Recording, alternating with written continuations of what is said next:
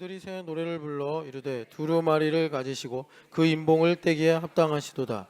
일찍이 죽임을 당하사 각 족속과 방언과 백성과 나라 가운데서 사람들을 피로 사서 하나님께 드리시고 그들로 우리 하나님 앞에서 나라와 제사장들을 삼으셨으니 그들이 땅에서 왕 노릇 하리로다 하더라. 아멘. 자, 당신은 하나님의 나라와 거룩한 제사장이십니다. 축복합시다. 좋습니다. 아까 1부 때 우리가 그 영광에 관한 말씀을 좀 더 성경 구절을 찾아보면서 자세하게 들었는데 우리 교회 그 바둑 기사가 있는 거 아시죠? 27급? 이세마 27급? 와, 27급. 자격증도 있어요, 여러분. 27급. 그러면 성원이는 몇 급이야? 28급? 훌륭하네, 성원이. 그래. 여러분 바둑 로봇이 있는 거 알아? 바둑 로봇? 바둑 로봇이 있어. 그래서 9단까지 프로 9단까지 다 수준별로 바둑을 두는 로봇가 있더라고. 쿠팡에서 158만 원이야. 아빠한테 한번 사달라고 그래. 이세미 지금 막 웃고 있어. 바둑 로봇. 그래서 기원에서 이제 비싸니까 못 사지만 가끔씩 그렇게 이제 사람들이 로봇하고 두나 봐요. 여러분 우리나라에 뭐 이렇게 좋은 일들이 있죠. 안세영 씨인가요? 그 배드민턴 선수 세계 1위죠. 근데 안세영보다 훨씬 더 놀라운 일이 있습니다. 저는 페이커보다 훨씬 더 이 사람이 압도적이라고 생각하는데 신공지능이라고 불리는 신진서 씨가 있습니다. 20년부터 지금까지 25년까지 6번 세계 바둑 최강전에서 우승을 했습니다. 요즘에 바둑이 옛날 같지 않아가지고 사람들이 잘 모르는데 안세영 씨가 뭐 그랜드슬램이 목표라고 하더라고요. 근데 이 사람은 벌써 진작에 한 것 같아요. 근데 중국에서도 인기가 엄청 많습니다. 신진서 이분의 별명이 신공지능이라고 불리는 이유가 뭐냐면 이게 진짜 재밌더라고요. 우리나라 그 이세돌 씨가 알파고랑 바둑을 둬서 졌잖아요. 중국의 커제는 두다가 울고 그랬단 말이에요. 그런데 이 이세돌 씨를 보고 많은 바둑 기사들이 절망을 했대요. 이제는 우린 뭐 먹고 사나 이러면서. 그런데 결과를 말씀드리면 이세돌 씨가 인터뷰를 하는데 그러더라고요. AI 이 바둑 이것이 바둑을 없앨 줄 알았는데 그게 아니고 그 바둑의 실력의 격차를 더 크게 만드는 도구가 되었다. 이런 말을 하더라고요. 저는 이게 앞으로 이제 뭐 AGI다 이러면서 이제 AI가 보급될 걸, 보편화될 걸 말하는데 그 미래 사회라고 생각합니다. 신진서 씨가 이 AI를 도구 삼아서 뭐 일종의 이제 바둑을 연마하는 사람이에요. 중국인들이 못 따라잡아요. 이제는 바둑을 해설하거나 바둑을 둘 때 AI를 빼고는 논할 수가 없답니다. 근데 이제 바둑을 둘 때 분석하는 것 중에 하나가 AI와 얼마나 일치하느냐. 그걸 착수율이라고 부르더라고요. AI 착수율. 그래서 그 착수율이 신진서 씨가 37%가 넘어요. 평균적으로 신진서 씨랑 같이 경쟁하는 프로 바둑 기사들이 AI와 일치하는 착수율이 27%랍니다. 28%? 그러니까 훨씬 높은 거예요. 그래서 신진서 씨랑 인터뷰를 하는 거죠. PD가 어떻게 한 거냐. 그랬더니 이런 얘기를 하는 거예요. 자기는 AI랑 자기가 바둑을 두는 걸 보면서 왜 AI는 이 수를 두지? 이걸 되게 많이 생각했대요. 그리고 여전히 바둑을 두면서 이제 실전에서요. AI라면 어떻게 둘까? 이 생각을 한대요. 그러니까 AI를 아주 잘 활용하는 겁니다. 아주 잘 활용하는 거예요. 우리나라도 이제 대표팀이 있답니다. 바둑 기사 대표팀, 국가대표가 있는데 그 코치가 그러는 거예요. 누구나 다 AI를 가지고 바둑을 연습한대요. 훈련하는데, 그런데 실력의 차이가 어디서 나오냐면 대부분 다 50수까지는 다 외운대요. 외울 수 있대요. 다 AI가 두는 방식을 다 외울 수 있대요. 근데 이제 100수가 넘어가면 이거 외우는 거 불가능하잖아요. 그때부터는 이제 자기가 가지고 있는 실력으로 두는 건데, 신진서 씨 같이 AI로 바둑을 훈련하면서 생각을 하는 사람은 착수율이 높아지고, 그냥 생각을 하지 않고 따라하는 사람은 이제 거기서 실력의 격차가 크게 벌어진다, 이런 얘기를 하는 거죠. 그래서 이게 그냥 바둑에 국한된 상황이 아니고, 앞으로 이제 AI라는 이 도구가 있는데 이 도구를 어떻게 활용하느냐가 어떤 능력, 이걸 이제 결정하고, 그런데 그 활용하는 능력이 뭔가 봤더니 생각하는 거더라. 생각하는 거더라. 이 생각을 안 하면 안 된다. 제가 갑자기 왜 생각하는 얘기를 하냐면, 아까 1부 때 조금 복잡할 수 있지만 어쨌든 그런 골자가 있어야 우리가 볼 수 없는 이 영광을, 우리가 나의 삶에 바울처럼 너희가 이 신비를 알기 원하노라, 하나님의 영광을 보길 원한다, 이것인데, 그것을 우리가 이제 볼 수 있고 말할 수 있고 행할 수 있단 말이에요. 그러니까 1부 때 말씀의 제목은 뭐냐면, 우리가 아무리 좋은 마음과 좋은 계획을 가지고 열심히 뭐 주의 영광을 위해 산다 합시다. 그런데 해보신 분들은 알아요. 우리가 오늘 교회됨 40일 선포하면서 서두에 제가 말씀드린 것처럼 흔들리기도 하고 지치기도 하고 또 실수하기도 하고, 하여튼간에 나의 한계를 보더라라는 것입니다. 그래서 성경에서 뭐라고 하나라고 봤더니, 하나님은 피곤도 없으시고 지혜도 끝이 없으시다. 그래서 하나님께서 자기 영광을 위한 하나님의 열심, 나는 다른 우상에게 내 영광을 주지 않겠다 하신 그 열심이 나에게 임하면 종일 걸어도 피곤하지 않고 달려가도 넘어지지 않는다. 이것이 이사야서 40장 31절의 마지막에 여호와를 앙망하는 자, 그러니까 하나님의 영광을 갈망하는 자죠. 그런 사람에게 하나님의 열심이 이렇게 임한다, 이것입니다. 하나님의 열심. 세상 사람들이 아까 1부 때도 말씀드렸지만 인생을 오래 살아보고 많은 사람들을 보니까 한 가지 율법을 알아냈어요. 그게 뭐냐? 인생에 누구나 위기가 오는데 그 위기를 어떤 사람은 이제 실패하고 그리고 절망하는 것으로 이제 삼지만, 다른 사람들은 그것이 성장하는 분기점이 되는구나. 근데 그걸 뭐 누구 일부만 아는 게 아니라 이미 뭐 진지하게 인생을 들여다보는 사람들은 이제 알고 있단 말이에요.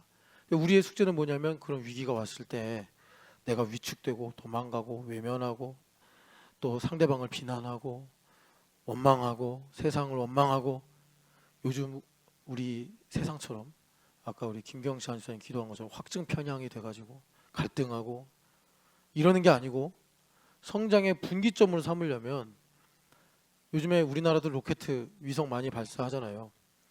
이 대기권에서 중력을 기고 뚫고 나갈 힘이 있어야 된단 말이에요. 이제 그럴 힘이 바로 하나님의 열심이더라라는 것입니다. 근데 그 열심이 그러니까 이제 우리에게 와야 되는데, 이제 중간은 생략하고 하나님의 영광이 뭐냐 그랬더니, 골로새서에서 말씀하시는 영광의 비밀, 영광의 소망 곧 그리스도다, 이렇게 말씀하신단 말이에요. 그러니까 바울 사도가 이렇게 말씀했어요. 자기가 이제 많은 율법도 알고 많은 헬라 철학도 안다, 이거죠. 그게 이전엔 나를 유익하게 했고 이전에는 나에게 그게 참 소중한 것들이었는데, 그리스도를 아는 지식과 비교하니 그건 배설물과 같았고 그것은 나를 해롭게 했던 것이다, 이렇게 말씀하면서, 바울 사도가 그 지식을 얻어서 이제, 그러니까 지식을 이제 깨달은 거죠. 지식을 깨달아서 어떻게 하죠? 그 지식을 가지고 자신의 인생을 보는 거예요. 그걸 이제 바울 사도가 약간 좀 문학적인 표현인데 그리스도를 얻는다, 그리스도 안에서 나를 발견한다 이렇게 말씀한 거예요. 그러니까 예수님 말씀으로 보면은 날마다 예수님의 살과 피를 먹는다, 마신다 이렇게 이제 우리가 또 이해할 수도 있겠어요. 그러니까 우리가 이제 예수님을 알아요. 교회됨 40일을 통해서 성전, 뭐 절기, 뭐 예물, 내일은 이제 거룩의 접촉법 이런 것들 우리가 본단 말이에요. 그것이 그리스도를 아는 지식이에요. 그래서 그 그리스도를 아는 지식을 가지고 이제 우리가 사도 바울의 비유처럼 다름질을 하는 거죠. 왜 다름질을 하죠? 그리스도를 아는 지식을 알기만 하면 뭐 하냐고 말이에요. 알기만 하면 이거를 그러니까 생명으로 우리가 가져야 되지 않습니까? 그래서 바울 사도가 달려간다 이런단 말이에요. 달려간다. 그래서 그 갈라디아서 6장 14절에 그 십자가를 내가 자랑한다 그러잖아요. 여러분 그냥 기본적으로는 십자가를 자랑할 수가 없습니다. 많은 예수님 믿는 사람들이 모여서 정말 하나님을 믿는다, 뭐 하나님을 위해 산다 말하지만 정말 진지하게 제자도라는 관점으로 신앙생활을 할 때 십자가를 피할 수 없거든요. 예수님께서 십자가를 지고 그랬잖아요. 십자가만 나오면 기절하는 사람, 도망가는 사람, 욕하는 사람, 뭐 또 하여튼 이 십자가가 그런 거예요. 십자가는 막 뭐 아름답고 고상하고 뭐 향기롭고 이런 게 아니라 예수님께서 십자가에 달려 죽으신 거 아닙니까? 그러니까 사형틀이란 말이에요. 나의 수치가 있고 나의 두려움이 있고 나의 절망이 있는 곳이 십자가란 말이에요. 그래서 나는 복 받으려고 교회 와가지고 이렇게 신앙생활을 하는데 아니 좀 뭐 되는 것 같이 가르치다가 갑자기 나한테 십자가를 지라 그러네. 그러면 다들 이제 뭐 정색하고 또 뭐 핑계대고 막 이런단 말이에요. 그런데 그 십자가를 이제 하나님 중심으로 보는 사람은 이 십자가가 나의 한계를 넘어서게 하는 하나님의 선물이구나. 이걸 이제 깨달은 거죠. 내 힘으로는 여기까지인데 내가 이 십자가를 믿고 또 이 십자가로 살아가니 내가 죽고 이 다음부터는 예수님 사셔서 하나님 주시는 능력과 힘으로 내가 그 일종의 도약을 하든지 내가 새로운 지평을 열든지 그래서 예수님 말씀대로 거듭난 삶을 살게 되는구나. 이제 그러니까 바울 사도가 나는 그리스도의 십자가 외에는 결코 자랑할 것이 없다. 이렇게 하는 거예요. 누구나 그 임계점이 있어요. 여기까지구나. 난 여기까지구나. 난 죽는구나. 이걸 넘어가면 난 죽는구나. 그래서 사람들이 그 경계선에다가 여리고성 같이 성벽을 쭉 쌓아가지고 아무도 못 들어와. 나 건들지 마. 이러고 사는 거예요. 자, 그래서 우리가 그리스도를 아는 지식을 가지고 나의 삶에서 다름질을 할 때 바울 사도의 말씀대로 내가 그리스도를 얻고 그리스도 안에서 나를 발견한다. 그것이 바로 비밀의 영광이요, 영광의 소망이다라고 이제 바울 사도가 말씀하시는 거예요. 자, 그래서 바울 사도 예를 들면 바울 사도가 이제 모 선생님 말씀을 묵상했겠죠. 모 선생님이 인생의 한 중요한 순간에 주의 영광을 나에게 보여주소서 이렇게 기도했어요. 그래서 응답을 받은 말씀을 가지고 자신의 삶에 이제 대입을 시키는 거예요. 그래서 다름질을 했어요. 그랬더니 하나님께서 그리스도라는 보고를 열어주셔서 바울 사도 삶에 하나님께서 이루실 계획과 뜻이 무엇인지를 가르쳐 주신 거예요. 자, 이 과정이 아까 제가 좀 뭐 필요할지 필요 없을지 모르겠는데 신공지능 신지사실을 말씀드리면서 생각하는 능력이 결과를 좌우한다 하는 그 생각하는 능력입니다. 생각하는 능력. 그러니까 예수님께서 십자가에 달려 죽으신 거 다 아시죠? 근데 그게 나하고 무슨 상관인데? 나하고 무슨 상관인데? 예수님께서 십자가에 달려 죽으셨어요. 그게 무슨 상관이에요?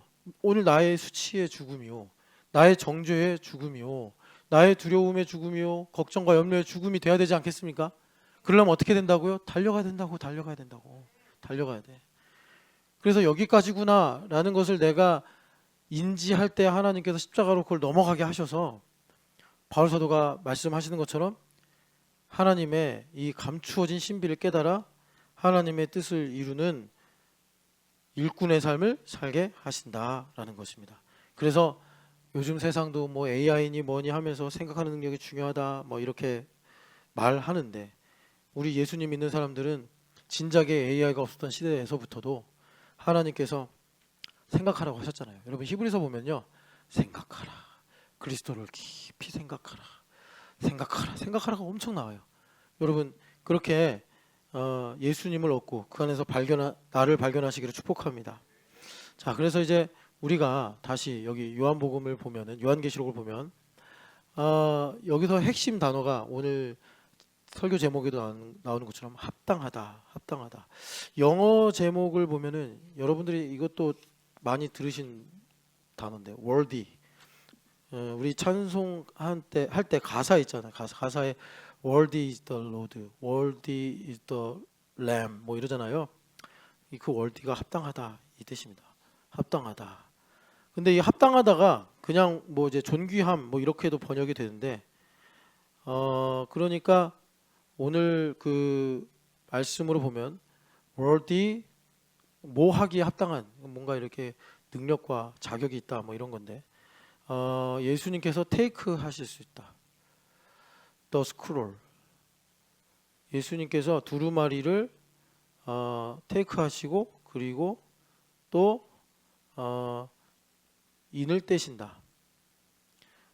인을 떼신다. 그래서 예수님께서 요거 하실 게 합당하시다. 이게 찬송의 지금 주제예요. 여러분 5장에서도 합당하다라고 찬양하잖아요. 테이크 하시고 브레이크 하신다.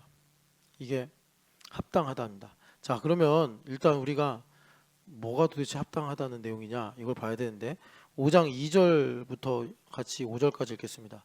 또 봄에 힘있는 천사가 큰 음성으로 외치기를 누가 그 두루마리를 펴며 그 인을 떼기에 합당하냐 하나 하늘 위에서나 땅 위에나 땅 아래 능히 그 두루마리를 펴거나 보거나 할 자가 없더라. 그 두루마리를 펴거나 보거나 하기에 합당한 자가 보이지 아니하기로 내가 크게 울었더니 아멘. 여기까지만 읽으면요. 자, 여기가 첫 번째 어떻게 보면 관문이면서 또 우리에게는 참 이걸 넘어가야 되는데 그러니까 우리는요. 여기 이제 4절 마지막에 요한 사도가 크게 울었다 그러잖아요. 이게 공감이 안 돼요. 이게 공감이 안 돼요. 아마 지금 다시 옛날처럼 우리나라가 만약에 국권을 상실한다. 아마 울 사람 별로 없을걸요. 지금 이 상황이 나에게 어떤 유불리가 있는가를 사람들이 보겠지 옛날처럼 뭐 나라를 잃었네 하면서 크게 울 사람 뭐 있겠죠. 있기야 있겠지만 옛날만큼은 안 그럴 거예요. 전쟁이 일어난다. 뭐 지금은 참 사람들의 생각이 여러 모양으로 달라져서 통합이 잘 안 되는데 뭐 이제 자유주의를 위해서 아니면 뭐가 있나요? 또 뭐 나라와 민족을 위해서 이렇게 희생을 했잖아요. 근데 요즘엔 이제 안 될 겁니다. 그건 뭐 C.S. 루이스 책에도 이미 나와 있는 거니까요. 여기 요한이요. 우는 이유가 뭐냐? 내가 너무 힘들어서 나 사도 하는데 이때 추정하기는 요한 사도의 나이가 100세가 넘었지 않았겠냐 생각하는데 너무 늙어서 너무 핍박과 고난을 많이 당해서 우는 게 아니라 하나님 나라 때문에 우는 거예요. 하나님 나라 때문에. 하나님 나라 때문에 우는데 왜 우냐면 여기 지금 천사가 질문하고 지금 요한이 그 질문을 듣고 두루 살펴본 거잖아요. 두루마리가 하나님의 어떤 경륜, 말씀하고 이루시는 경륜을 가리키는데 이거를 펴서 인을 떼야지 하나님의 나라가 이 땅에 임하거든요. 그래서 하나님의 뜻이 이루어지고 하나님께서 승리하시는데 지금 이거를 이걸 취할 수 있는 사람이 없는 거예요. 그러니까 요한 사도가 이것 때문에 우는 거예요. 자, 이것 때문에 운다. 그러면은 너무 좀 멀리 있는 얘기 같으니까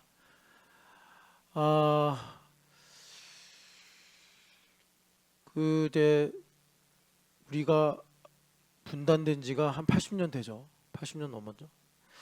그런데 그 뭐 45년부터 그 분단된 게 아이고 제가 역사 지식이 부족해가지고 하여튼 남한 독립 정부가 세워지는 걸 분단의 시작으로 생각하면 그 뒤로부터 지금 한 85년 됐다고 봐야 되나. 그런데 여하튼간에 그 70년쯤 됐을 때 기대했어요. 왜냐하면 성경에도 이제 70년 만에 돌아오리라 하는 말씀도 있고 하니까. 그런데 80년 넘어왔단 말이에요. 하나님의 이 경륜이 진행돼서 이제 북한이 자유해지고 거기 있는 분들이 이제 자유롭게 신앙생활을 하기를 우리가 소망하는데 이제 그렇게 되지 않으므로 크게 울더라. 뭐 이런 맥락이 이런 뜻입니다.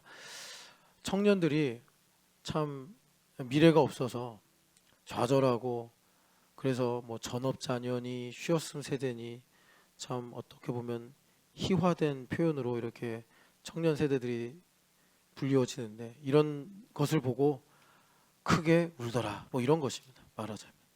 자, 그래서 여러분 이런 내용이 뭐 통증이라고 하면 여기 거기 계시는 하나님 이 책에도 나오잖아요. 왜 이런지, 왜 사람들이 크게 울지 않을까, 왜 이게 공감이 안 될까. 성경 말씀을 진리로 믿으면서도 내가 외롭고 내가 슬프고 내가 힘든 거는 막 눈물도 나고 걱정도 되고 통증이 오는데 왜 하나님의 나라가 이 땅에 이루어지지 않는 것에 대해서는 내가 왜 요한사도 같이 애통하는 마음이 없을까.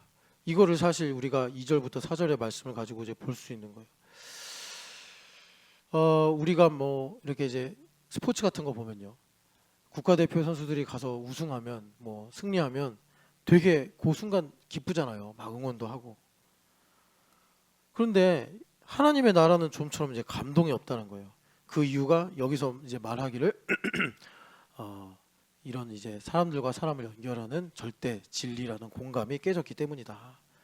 그래서 작게는 어떤 나라나 어떤 사회의 아픔도 공유가 안 될 뿐더러 더 나아가 가장 본질이라고 할 수 있는 영적인 하나님의 나라에 대한 애통과 어떤 영적 감각이 우리 가운데 사라졌더라라는 것입니다. 그래서 먼저는 이게 회복이 돼야 돼요. 이것이 회복이 되려면 하나님 나라가 어떤 건지 이해를 해야 되는데, 큰 프레임으로 먼저 말하자면 하나님께서 세상을 왜 창조하셨느냐 이거예요. 그래서 세상을 창조하실 때 그 대표가 사람인데 찬양을 받으시기 위함이다. 이렇게 성경에서 말씀해요.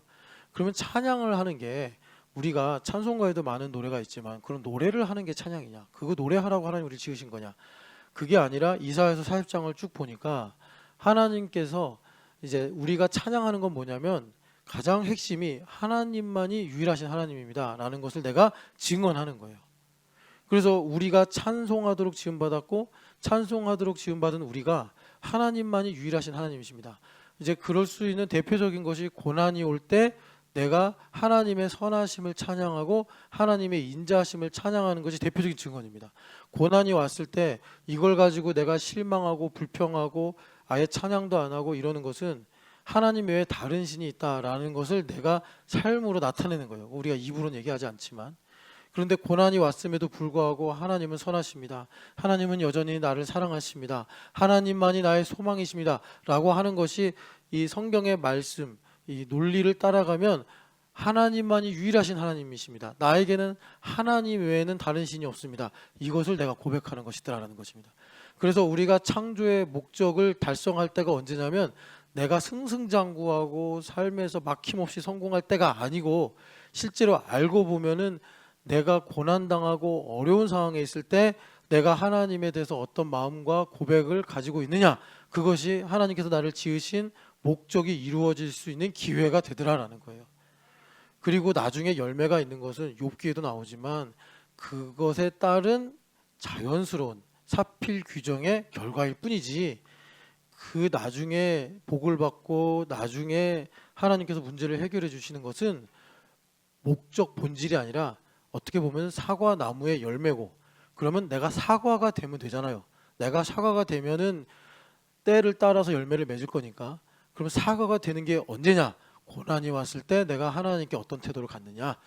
내가 고난이 왔을 때 내 뜻대로 안 됐다고, 내가 힘들다고 마음이 확 굳어져요. 그럼 1부 때 말씀드린 것처럼 내 안에 우상이 있구나라는 걸 주님께서 빛으로 드러내시는 것이고, 그럴 때 내가 하나님을 여전히 하나님밖에 없습니다. 하나님 나의 소망이십니다.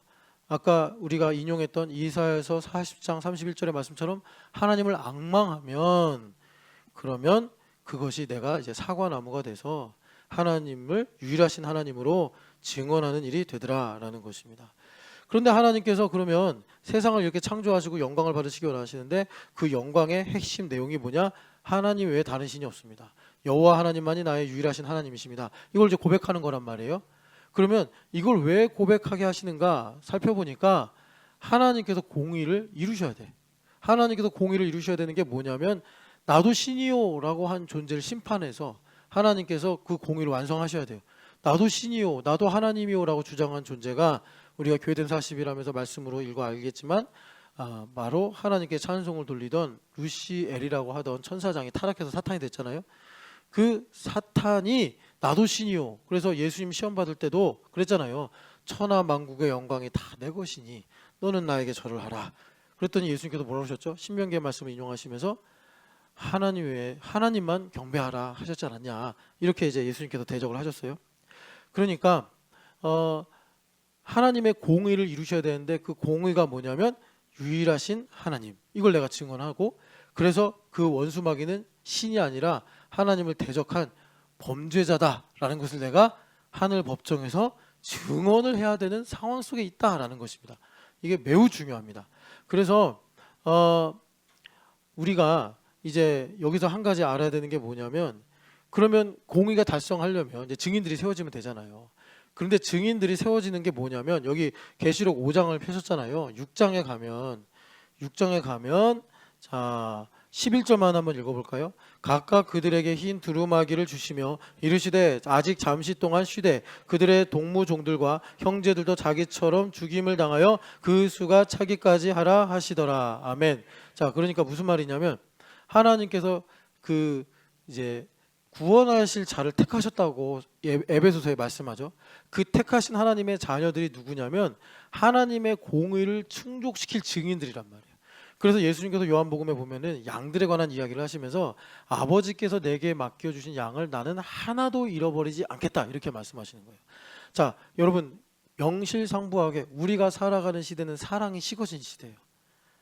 정말 내 자식은 되게 사랑하는데 남의 자식은 사랑하지 않아. 얼마 전에 여러분 엄마들이 시험지 훔쳤다가 1년인가 3년인가 징역받는 뉴스 들으셨죠? 거기에 사람들이 그러는 거예요. 저렇게 공부해서 전교 1등 시켜서 뭐 하려고? 그러니까 너무 왜곡된 거잖아요. 그 애 망치는 일인데 엄마가 자기 자식밖에 안 보이니까 그런 범죄를 선생님이랑 짜고 저지르는 거 아닙니까? 그 로마의 역사가 키케로가 그랬어요. 엄마가 타락하면 문명의 이 말기가 온 거라고. 지금 우리 사회가 그렇단 말이에요. 참 위기의식을 느껴야 되는데 자 그래서 하나님께서 이제 여러분 옛날에는요 이런 얘기가 통했어요. 영혼을 사랑해야 됩니다. 영혼을 사랑해야 됩니다. 근데 여러분 아마 얘네들 시대는 더 하겠지만 저만 해도 영혼 사랑 잘 안 하다요. 여러분들 좀 목사님이 왜 저래 이럴지 모르겠는데 제가 영혼 사랑 잘 안 하다요. 뭐 일본의 영혼들을 사랑하자 그러지만 저 사실 일본 영혼 별로 이렇게 눈물이 안 납니다. 여러분 예수님 생각하면은 참 너무 존경스럽고 사랑스럽고 그래서 참 마음에 감동은 있는데 영혼 사랑? 죄송하지만 우리 어머니 생각해도 별로 눈물이 안 나는데 뭐 영혼 사랑 너무 추상적이에요. 너무 추상적이에요. 네.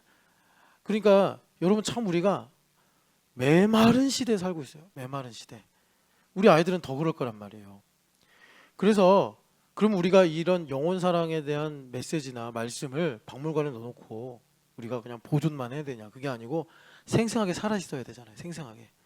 그래서 이제 교회가 참 중요한 거고 그래서 하나님의 공의를 알아야 됩니다. 하나님의 공의. 하나님의 공의가 충족되는 게 뭐냐면 하나님께서 택하신 영혼들의 수가 다 차야 돼. 그래서 하나님의 공의를 내가 깨닫고 알게 되면 그것으로 인해 기름 부음이 있어서 영혼 사랑이라는 게 뭔지를 예수님께서 얼마나 한 영혼 한 영혼을 귀하게 여기셨는지가 나에게 그러니까 실감이 되고 나의 캐릭터대로 나의 소명대로 고백이 되어지게 되더라라는 것입니다. 그래서 지금 제가 큰 프레임을 말씀드리는 거예요. 그래야지 지금 여기 요한 사도가 크게 울었다라는 말씀이 공감이 돼요. 이거 말고 다른 걸로 여러분들이 만약에 공감이 된다 그러면 제가 100%라고는 말할 수 없지만 90%그 안에 내 안에 복심이 있어가지고 그게 닿아서 크게 우는 거예요. 만약에 여기서 여러분들이 일본의 영혼들을 사랑해야 됩니다. 그런데 막 마음이 뭉클뭉클하고 막 그래. 그게 물론 참 하나님께서 기름 부으셔서 거룩한 마음으로 생길 수도 있는데 대다수의 현대인들은 그런 감각이 마치 그 진화에서 뭐라 그러죠? 그든 그 사라지듯이 그런 시대에 우리가 살고 있단 말이에요. 이 책이 그걸 얘기하는 거예요. 이 책이 그런 얘기를. 그래서 내가 유리하고 내가 필요하면 교회도 좋고 뭐 목사님 말씀도 좋고 뭐 형제자매들도 좋은데 내가 힘들고 내가 불편하면 목사님도 없고 교회도 없고 뭐 형제자매들이 뭐라고 하든 상관없는 우리가 참 그런 위험한 시대에 살고 있단 말이에요. 그래서 우리가 이런 가운데서 요한 사도처럼 크게 울었더니, 그러니까 일종의 합당함의 가치를 알고 있는 거잖아요. 이 합당함이 얼마나 복되고 중요한지를 요한 사도는 알고 있는 거예요. 그걸 우리가 이제 앞으로 살아가는 여생 동안 가지고 살려면 하나님께서 공의라는 큰 틀을 가지고 계시는데 그게 뭐냐? 하나님께서 자기도 신이라고 말하고 주장하는 원수 마귀를 심판하시기 위해서 공의를 충족시키시는데 그 공의가 뭐냐 봤더니 하나님께서 창세전에 예정하신 사람들의 수가 채워져서 그 예정하신 하나님의 자녀들이 증언을 하는 거예요. 나에게는 하나님만이 유일하신 하나님이다. 시편 73편에 아삽이 고백한 것처럼 하늘에는 주밖에 없사오며 땅에서는 주의 사모할 이가 없나이다. 이걸 이제 고백하는 거예요. 그런 순간이 뭐냐면 우리 김상문 형제랑 서유미 자매랑 대판 붙었는데 붙고 나서 주님 제가 이런 사람입니다 하고 회개하고 나를 불쌍히 여겨 주셔서 내 남편을 내 아내를 사랑하게 하여 주시옵소서라고 말하는 그 순간이 아삽이 말하는 하늘에는 주밖에 없사오며 이 땅에서는 주님 외에 내가 사모할 이가 없나이다라고 고백하는 그 순간이에요. 그 좌표란 말이에요. 그러니까 성경은 좌표고 그 좌표를 찾아 가지고 나의 삶을 해석하고 봐야 된다고. 그래서 신진서 씨를 예로 든 것처럼 생각하는 능력이 있어야 된단 말이에요. 생각하는 능력을 가지고 성경의 말씀을 좌표로 삼아 지금 나의 인생에 이 일이, 이 사건이, 이 상황이 말하는 하나님의 뜻이 뭐냐, 이걸 우리가 봐야 되고 그것을 우리가 그리스도를 얻고 그리스도 안에서 나를 발견한다, 이렇게 이제 말하는 거란 말이죠. 그래서 하나님께서 그래서 세상을 창조하셨고 하나님께서 그래서 우리를 찬송하기에 지으셨다고 그랬고 그래서 하나님께서 그 공의를 충족시키시기 위해서 하나님께서 택하신 백성들을 한 명도 잃어버리지 않고 다 하나님께서 찾으시려고 하는구나 라는 것을 우리가 이제 보게 되더라라는 것입니다. 그래서 우리가 그동안 읽었던 말씀을 하나 좀 보면은 여러분 그 요한복음 11장 한번 보시겠어요? 뭐 여러 번 봤으니까 뭐 새로울 건 없는데 그래도 한번 요한복음 11장 11장 50절부터 52절 말씀 같이 읽어보겠습니다. 한 사람이 백성을 위하여 죽어서 온 민족이 망하지 않게 되는 것이 너희에게 유익한 줄을 생각하지 아니한도다 하였으니 이 말은 스스로 함이 아니요 그 해의 대제사장이므로 예수께서 그 민족을 위하시고 또 그 민족만 위할 뿐 아니라 흩어진 하나님의 자녀를 모아 하나가 되게 하기 위하여 죽으실 것을 미리 말함이로라. 아멘. 자, 여기서 참 많은 말씀을 묵상해야 되는데 여기 가야바가 그 해의 대제사장으로서 지금 예수님을 죽이자고 음모를 만들고 있단 말이에요. 그런데 이 음모를 하나님은 가야바 입에 두신 하나님의 레마로 사용하시는 거라. 그래서 가야바가 지금 예수님을 죽이자고 하는데 이 일이 거꾸로 하나님의 뜻을 이루고 있는 거네요. 그러니까 원수 마귀가 아무리 용을 써도 하나님 못 이기는 거예요. 마귀가 예수님을 시기질투해서 결국 십자가에 못 박아 죽었잖아요. 유대인들 사용해서. 그런데 나중에 알고 보니 그것이 자기들이 끝나는 날이었던 거라. 예수님 십자가에서 죽으심으로 하나님 승리하신 D-Day가 되고 말았잖아요. 그래서 여러분 이걸 갖고 이게 이제 좌표란 말이에요. 생각하는 능력을 가지고 내 인생을 봐야 된다는 거예요. 나 인생에 가야바가 있다 이 말입니다. 그러면 가야바가 꿍시렁꿍시렁 할 때 나를 정죄하고 내 인생 끝났구나, 난 이제 실패했구나, 두렵고 수치스럽고 뭐 여러 가지 오만 가지 부정적인 생각이 올 수 있단 말이에요. 그런데 이 말씀을 내가 믿는다면 이 말씀이 나의 좌표가 돼서 하나님 그걸 뒤집으셔가지고 아까 1부 때 뭐 코난이라는 코미디언 얘기도 했고 뭐 히토리라는 그 일본인 얘기도 했잖아요. 이거를 나에게 성장의 분기점을 삼으시는구나, 하나님의 뜻이 이루어지는 분기점을 삼으시는구나, 그것이 그리스도를 얻고 그 안에서 나를 발견하는 거란 말이에요. 이걸 안 하고는 우리가 이 땅에서 예수님을 믿으면서 마음 편히 살 수가 없어요. 이걸 안 하면. 왜냐하면 예수님도 말씀하셨잖아요. 너희는 세상의 것이 아니기 때문에 세상이 너희를 미워한다. 그러니까 나의 인생에 힘들고 어려운 일이 오면 얼마나 원수마귀가 베드로를 가지고 말씀 예수님께서 하신 것처럼 사단이 널 밀가부르듯 까부르려고 나에게 청구하였으나 서기야 밀가 부르는 게 뭔지 알아?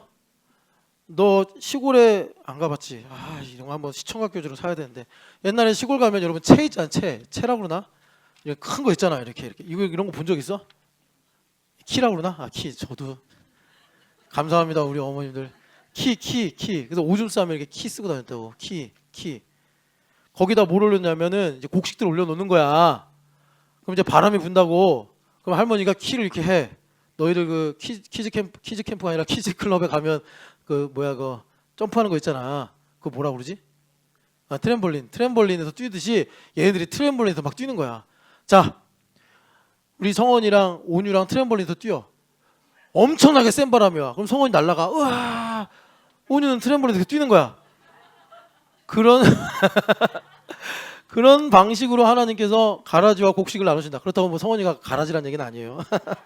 그냥 가벼우니까 얘기한 건데. 그러면 얘들아 상상을 해봐. 곡식 입장에서 정신이 있겠어 없겠어? 어? 계속 트램볼린 점프 막. 어? 그것도 니들이 그냥 무릎으로 뛰는 그 정도가 아니라 한 너희들 키의 10배를 들었다가 놨다 들었다가 놨다 한다고. 그럼 온유야 정신이 있겠어 없겠어? 정신이 없지. 그게 사탄이 청구하는 거야. 하나님 온유 내놓으세요. 제가 밀가부르듯 까부르겠습니다. 그럼 전온유가 저절로 다이어트가 된다고. 저절로. 그러니까 어떻게 하겠어? 진작에 알곡입니다 하고 곳간에 편하게 들어가는 게 좋지. 자 그래서 여러분 그 하나님께서 지금 여기 이렇게 다시 보면은 우리가 알고 있으면 여러분 되게 재밌는 게 고난이 와도 여러분들 이런 경험을 해보셔야 돼요. 불에 들어가는데 안 타. 고난이 왔는데 정죄를 안 받아. 여러분 그러니까 그걸 이제 성경에서 생추얼이라고 그러죠. 생추얼이. 그래서 제자들이 안식일 날 예수님 이렇게 뒤를 따라가다가 이삭을 비벼 먹었잖아. 너무 배가 고프니까 안식일인도 까먹고 안식일인 줄도 모르고 까먹고 비벼 먹었더니 바리새인들이 예수님께 감시하다가 쫓아와가지고 막 제자들이 잘못한 걸 갖고 이제 예수님 비난하잖아요. 그랬더니 예수님께서 뭐라 그래요? 내가 생추얼인데 뭔 소리 하는 거야? 이렇게 얘기하시잖아요. 예수님께서 그 말을 이제 정리해서 해석을 하면 그러니까 우리가 생추얼 안에 있으면 고난을 당해도 고통을 당해도 정죄를 안 받아요. 여러분 그것을 주님께서 우리에게 안식일의 주인으로 이루어 주시는 것입니다. 그래서 일단 가야바 그렇게 넘어가고 여기 보면 그래서 가야바 입술을 통해서 하시는 말씀이 뭐냐면 예수님께서 죽으셔서 이스라엘 민족을 위하시고 그리고 그것만이 아니라 흩어진 하나님의 자녀를 모아 하나가 되게 하신다. 이 말씀을 이제 요한 사도가 부연으로 단단 말이에요. 자, 그러면 예수님께서 그 민족을 위하시고니까 그 민족은 이스라엘 민족이란 말이죠. 이스라엘 민족을 위하신다는 게 뭐냐? 자, 출애굽기 19장을 가보세요. 출애굽기 19장 보면은 하나님께서 오래 기다리셨어요. 언제부터 기다리셨느냐? 뭐 아담 때부터 기다리셨다고 볼 수 있고 짧게는 바벨탑 이후부터 기다리셨다고 할 수도 있는데 19장 5, 6절 말씀 같이 읽어보겠습니다. 세계가 다 내게 속하였나니 너희가 내 말을 잘 듣고 내 언약을 지키면 너희는 모든 민족 중에서 내 소유가 되겠고 너희가 내게 대하여 제사장 나라가 되며 거룩한 백성이 되리라. 너는 이 말을 이스라엘 자손에게 전할지니라. 아멘. 오랫동안 기다리셔서 뭐 아브라함 때로 보면은 한 500년 400년 기다리셔서 아담 때로부터는 뭐 몇천 년인지는 알 수 없고 하나님께서 그렇게 오래 참고 오래 기다리셔서 마침내 하나님께서 지금 무슨 큰 그림을 가지고 계신지를 말씀하시는데 그 야곱을 통해서 70명이 내려갔다가 지금 한 뭐 적어도 한 150만에서 200만 되는 민족으로 이스라엘 백성들이 이렇게 번성해가지고 출애굽을 한 거 아니에요? 그래서 그 백성들에게 하나님께서 너희를 여기 보니까 제사장 나라가 되게 해주겠다라고 약속을 하셨어요. 그러면 제사장 나라가 되려면 하나님의 종이 되고 하나님만 사랑하고 하나님께 순종하며 살아야 되는데 우리가 이후로 보는 이스라엘의 역사를 보면은 반역의 역사, 불순종의 역사, 우상 숭배 역사예요.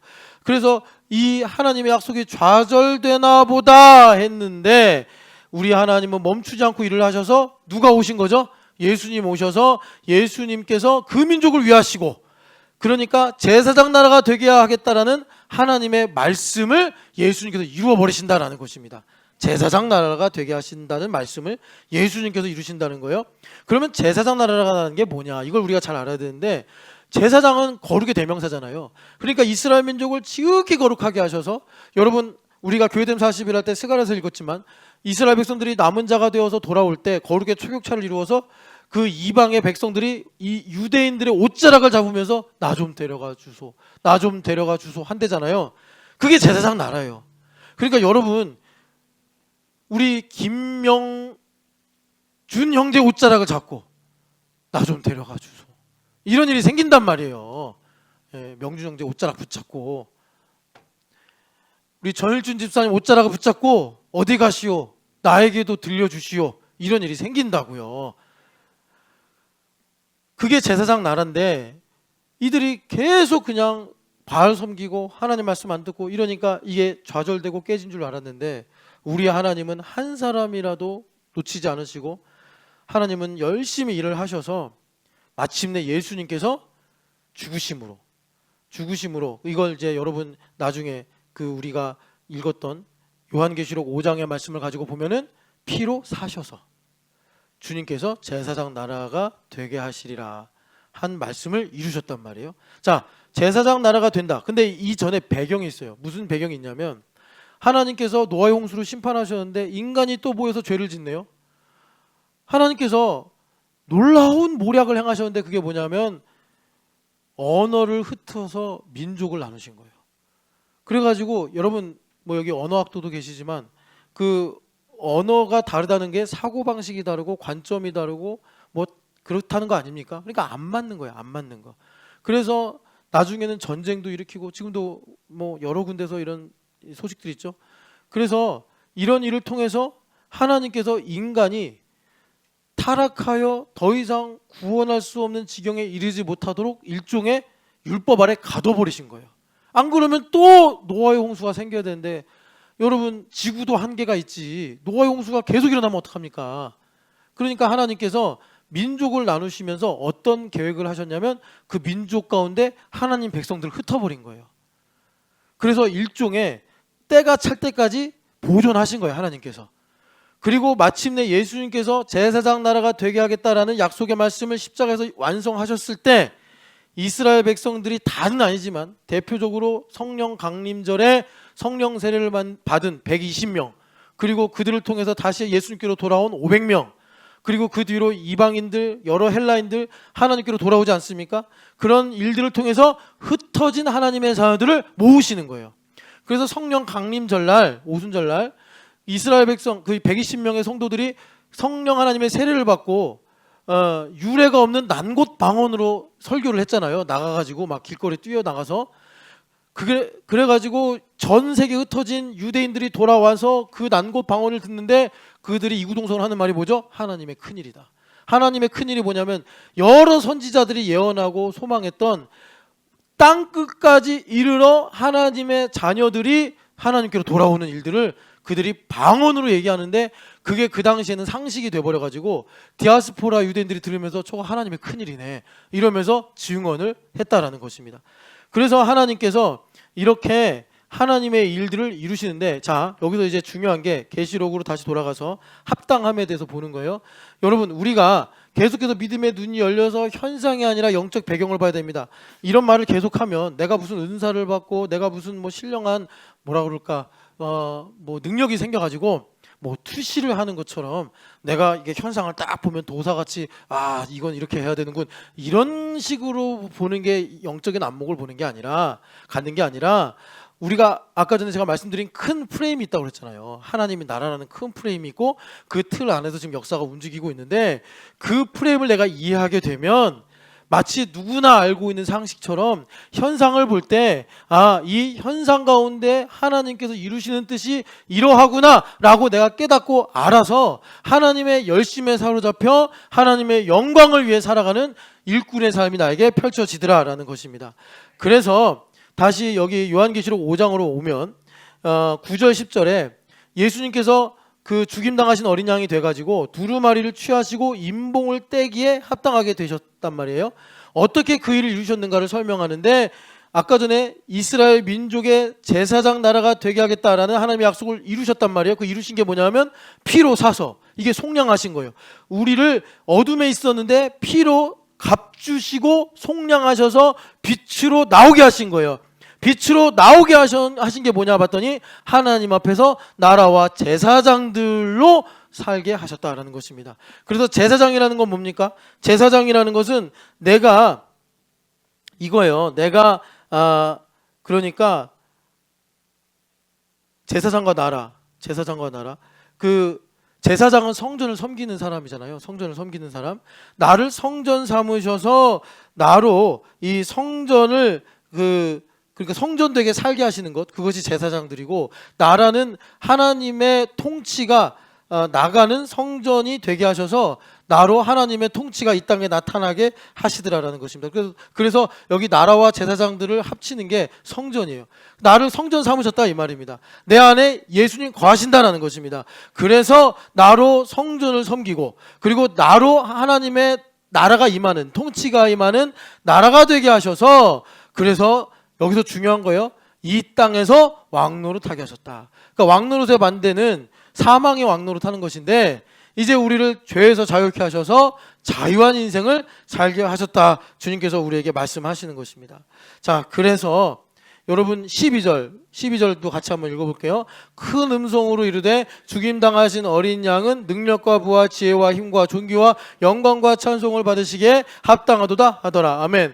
여기서도 합당하다 찬양을 해요. 합당하다 찬양이 9절 10절에 1절이 있었고 12절에 2절이 생기고, 그리고 13절에 보면 우리 같이 한번 13절도 읽어보겠습니다. 내가 또 들으니 하늘 위에와 땅 위에와 땅 아래와 바다 위에와 또 그 가운데 모든 피조물이 이르되 보좌에 앉으신 이와 어린 양에게 찬송과 존귀와 영광과 권능을 세세토록 돌릴지어다 하니. 아멘. 자, 여러분 여기서 이제 마지막으로 하나만 더 얘기하면 9절 10절이 1절이라고 그랬어요. 9절 10절이 합당하다. 그러니까 여기서 1절은 누가 부르죠? 교회가 불러요. 그래서 9절 전에 8절을 보면은 24장로들 누구죠? 교회를 대표하는 사람들이에요. 그 사람들이 어린 양 앞에 엎드리고, 그리고 검은고와 향이 가득한 금대접이 있는데 그게 뭐냐 봤더니 땅에서 교회의 성도들이 하나님 앞에 기도한 거예요. 그래서 9절 10절은 그 향기의 내용입니다. 그래서 교회의 찬송이에요. 그래서 교회가 왜 찬송하냐 봤더니 예수님께서 우리를 어둠에 속해 있는데 빛으로 값주고 사셔서, 피로 값주고 사셔서 빛으로 옮기셨다는 거예요. 그래서 주님께서 두루마리를 취하시고, 그리고 그 인봉을 펴시는데, 주님께서 인봉을 뗄 때마다 나라와 제사장들인 교회가 땅에서 왕노릇하더라라는 거예요. 그걸 가지고 찬양하는 겁니다. 그랬더니 이제 12절에서 2절 찬양이 나오는데, 12절 찬양도 역시 합당하다 찬양인데, 여기서 찬양하는 사람들이 누군가 봤더니 천사들이에요. 천사들. 그리고 13절에 다시 찬양을 하는데 이 찬양은 또 피조물들이에요. 그러니까 여러분 땅에서 찬양하고요, 하늘에서 찬양하고요, 다시 땅에서 찬양합니다.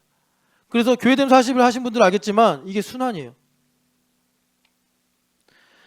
여러분, 그래서 하나님의 이 영광이 순환하고 하나님의 뜻이 순환하면서 하나님께서 우리에게 주신 이 지경이 넓어진다라는 것입니다. 그래서 제일 먼저는 뭐 해야 돼요? 예수님께서 우리에게 천국 열쇠를 주셔서 땅에서 메고 풀어야 된다 하지 않습니까? 그래서 우리가 예수님 월디하십니다. 예수님께서 두루마리를 가지셨고 그 인봉을 떼실 때 우리가 이 땅에서 왕노릇을 하면서 나라와 제사장들로 살아갑니다 라고 찬양할 때 하늘에서 그 찬양을 들으시고 하나님께서 천사들로 찬양하게 하시는데, 천사들이 예수님께는 여기 말씀대로 능력과 부와 지혜와 힘과 존귀와 영광과 찬송을 가지고 계신다라고 찬양하는 거예요. 그래서 8장에 가면 자 3절부터 5절 보면은 이 내용의 압축판인데 같이 읽어보겠습니다. 또 다른 천사가 와서 제단 곁에 서서 금향로를 가지고 많은 양을 받았으니 이는 모든 성도의 기도와 합하여 보좌 앞 금제단에 드리고자 함이라. 향연이 성도의 기도와 함께 천사의 손으로부터 하나님 앞으로 올려가는지라. 천사가 향로를 가지고 제단에 불을 담아 땅에 쏟음에. 자, 여기 보면은 하나님 앞으로 올라가는지라가 뭐죠? 바로 아까 9절 10절의 찬양이에요. 9절 10절에 어린 양께서 합당하시도다 찬양하면서 우리를 피로 사서 제사장과 나라들로 삼으셨다라고 찬양하는 내용이 하나님 앞으로 이 향연이 올라가는 것입니다. 그래서 천사가 하나님 보좌로 올려드리면서 말하는 게 뭐죠? 죽임을 당하신 어린 양. 12절의 내용이 제단에 불을 담아 땅에 쏟는 거예요.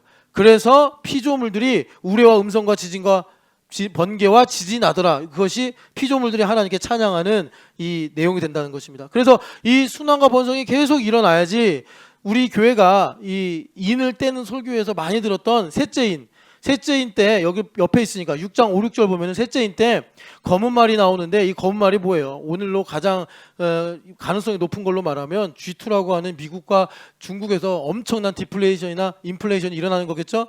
그렇게 되면은 한 데나리온에 밀 한 대요. 지금 우리가 나가서 점심 먹으면 한 10,000원에서 15,000원 하잖아요. 그런 음식 가격이 요번에도 뭐 칼국수가 5% 오르고 막 그랬대잖아요. 그런데 이런 디플레이션, 인플레이션이 오면은 여기 제가 환산을 해봤어요.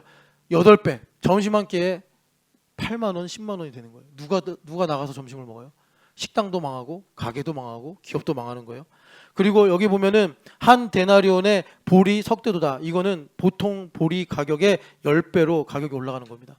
그런 가운데서 하나님께서 감람류와 포도주는 해치지 말라. 여러분 호세아서 2장 23절 기억나시죠? 하나님께서 감람류와 포도주로 이스라엘에게 응답하리라 하셨단 말이죠. 이런 일이 일어나려면 어떻게 된다고요? 방금 전에 9절부터 13절에 이 순환이 일어나야 된다고. 우리가 하나님께 합당하도다 찬양을 해야 되고 그 합당하도다 찬양을 하나님 들으시고서 천사들이 또 합당하도다 응답을 해야 된단 말이에요. 그럴 때 피조물들이 반응을 하여 신음을 하지 않고 하나님 앞에 보호자에 앉으신 어린 이와 어린 양에게 찬송과 존귀와 영광과 권능을 세세토록 돌릴지어다. 그 구체적인 실물이 뭐죠? 감람류와 포도주란 말이죠. 주님께서 그렇게 우리에게 응답하시고 일을 하신다 말씀하시는 것입니다. 그래서 여러분 우리에게 중요한 건 뭐냐면 합당하다라는 이 상식과 기준이 우리에게 이루어져야 하더라라는 것입니다. 자, 그래서 합당하다 이 말씀이 우리에게 실체로 온다면 자 이제 마지막으로 요것만 말씀드리고 마칠게요. 합당하다. 합당하다. 자, 뭐가 도대체 합당한 거냐? 빌립보서로 가볼게요. 빌립보서 1장 20절 같이 읽어보겠습니다. 나의 간절한 기대와 소망을 따라 아무 일에든지 부끄러워하지 아니하고 지금도 전과 같이 온전히 담대하여 살든지 죽든지 내 몸에서 그리스도가 존귀하게 되게 하려 하나니. 아멘. 이 합당하다가 그러니까 아까 계시록에서는 존귀하다 이거잖아요. 영어로 word이었고 여기서 존귀하게 하길 원한다라는 것은 주님을 매그니파이 한다 이거예요. 매그니파이. 그래서 예수님을 내 안에서 크게 높이길 원한다. 뭐 이렇게 이제 보시면 됩니다. 뭐 엔라지라고 해도 되고. 그래서 이 두 개가 연결되는 거예요. 자, 무슨 말이냐면 아까 전에 1부 때 존 파이퍼 목사님이 이 앰비션에 관한 얘기를 하면서 우리가 홀리 앰비션을 가져야 된다. 그 홀리 앰비션이 뭐냐면 크리스찬 헤도니즘, 크리스찬 쾌락주의가 돼야 된다. 이게 불경한 말이 아니라 크리스찬 쾌락주의라는 게 뭐냐면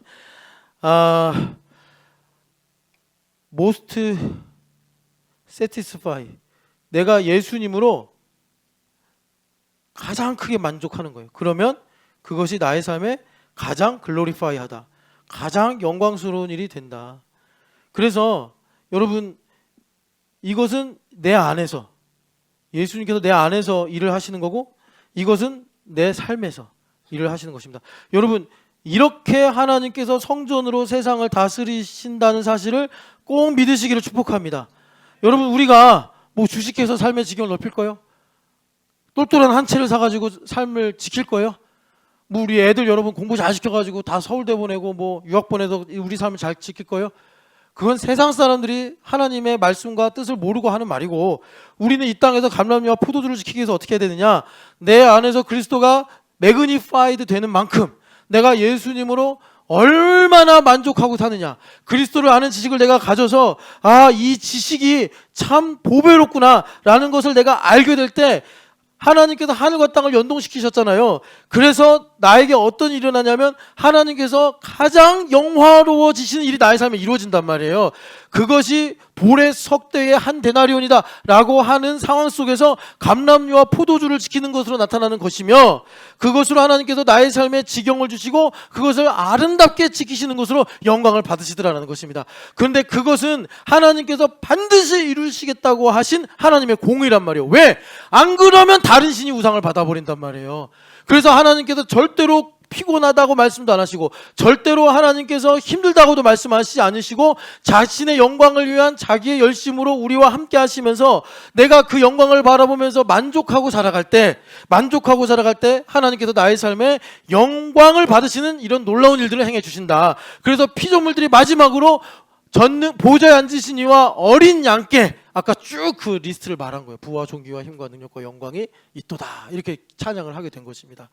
여러분, 그래서 내가 예수님으로 만족한 거는 기도를 많이 하고 내가 예배를 많이 하고 봉사를 많이 한다는 게 아니고, 자, 김명호 집사님이 다크한 옷을 입었다고 했어요. 뭐 인생에 다크가 있다고 합시다. 검은색이. 그 검은색 속에서 하나님의 선하심을 발견하는 거예요. 그 검은색 속에서 나를 향한 하나님의 사랑을 내가 고백하는 거예요. 내가 위기 가운데 있을 때 하나님은 선하시며 그 인자하심은 영원함이로다 내가 고백할 수 있는 거예요. 그것이 내가 예수님으로 만족하는 최대치입니다. 정말 내가 이렇게 실패했고 내가 이렇게 위기에 몰려있고 내가 이렇게 가난하고 내가 이렇게 참 처참하지만 예수님께서 나를 위해 십자가에 죽으시고 나를 피로 사셨기 때문에 이 검은색이 하나님께서 나에게 영광을 비추시는 바탕색이 된 줄 믿습니다 할 때 나에게 이 satisfied가 커지는 거예요. 그래서 여러분, 좀 픽션이긴 하지만 그 신의 악단의 마지막 장면이 그런 거잖아요. 거기 그 배우가 그러잖아요. 하나님, 저 잘하는 거디요 하고 죽잖아요. 여러분, 그 만족 있으시기를 축복합니다. 우리 같이 기도하겠습니다. 하나님.